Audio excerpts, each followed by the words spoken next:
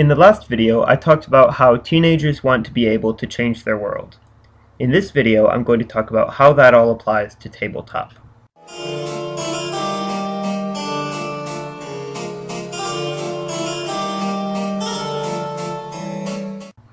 In Pixar's Ratatouille, Remy explains why it is that he admires humans.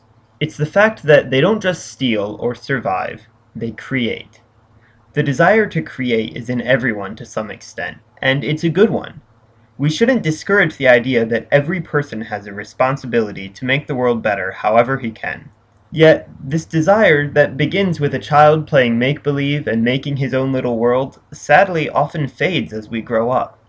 Creativity can be seen as childish, and going with the flow, maintaining the status quo, is the mark of an adult. But it doesn't have to be. Why do we have to abandon the desire to create as we grow older? Now, not everyone can sit down and write a book, not everyone can pick up an instrument and play, and even fewer can compose. But that's where role-playing comes in. Role-playing games give anyone a chance to tell a story.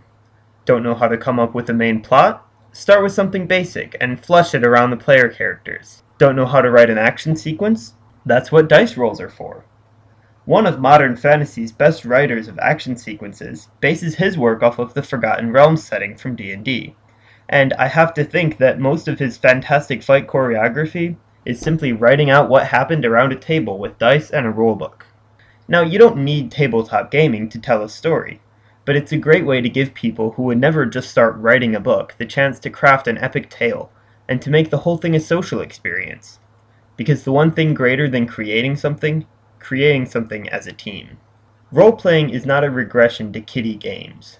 Role-playing is a refinement of one of humanity's most profound drives, to create. If this sounds good to you, maybe take a second look at that system your friend has been trying to get you to try. If you don't know anyone who games, pick up a copy of D&D or ask a local gaming store to recommend a simple role-play-based system.